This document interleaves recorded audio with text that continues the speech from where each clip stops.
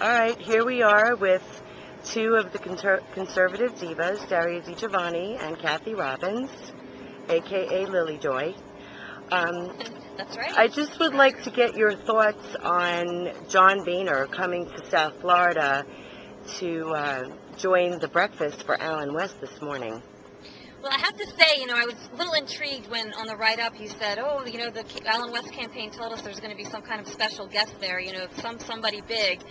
And when I walked in there with my flip quarter, I couldn't believe that John Boehner was standing there speaking at the front of the room with Alan. So I was like, I pulled out the flip quarter and tried to capture as much as I could. And my feeling, aside from, I think it's awesome that John Boehner came down, I think more importantly it shows that Alan must be ahead in the polling, and they must really believe that he's going to win this election, because they wouldn't just send John Boehner here if they felt that it wasn't a viable contest. So I absolutely agree with that. So, and it was good, and they did do some Q&A, which was wonderful. And one thing that John Boehner said that I thought was kind of funny, I believe it was John Boehner, it might have been Alan, or a combination of the two, but it was funny. They joked around like, here we are, conservatives at a breakfast at a little mom and pop place. This isn't a $10,000 a plate dinner, because we're about everyday Americans and helping the everyday person succeed and restoring the American dream. And some of the people in the crowd asked very good questions of John Boehner in terms of the economy and Obamacare, and I was very happy to hear him say that they would push for repeal. And frankly, yeah, I know that Obama has the veto pen, but I want them to force him to use it. And I think that that's what most Americans want. They want to see a fight. I said this on the Needner show last night on BTR. I think I speak for a lot of people when I say we're sick and tired of this reach across the aisle crap. This is not reach across the aisle to radicals. This is go to Washington and stand up for what's right. Stand up for the Constitution. If there are some Democrats who want to stand up for the Constitution, that's great. We welcome that. But stand up for what's right. They're not there to make friends. They are there to do what's right on behalf of the American people and on behalf of freedom. And their job when they get elected is to start repealing and start undoing a lot of the damage that's already been inflicted over the past 20 months. So it sounded like that was the plan.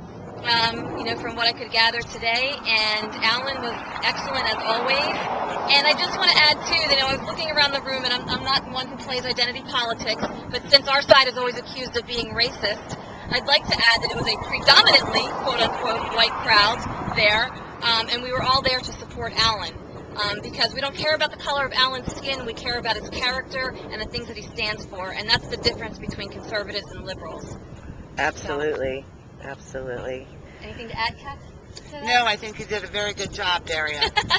I was just very pleased to meet John Boehner and be there to support Alan West, because I believe that Alan is going to win, and I believe that Alan is the best candidate to represent District 22 in South Florida.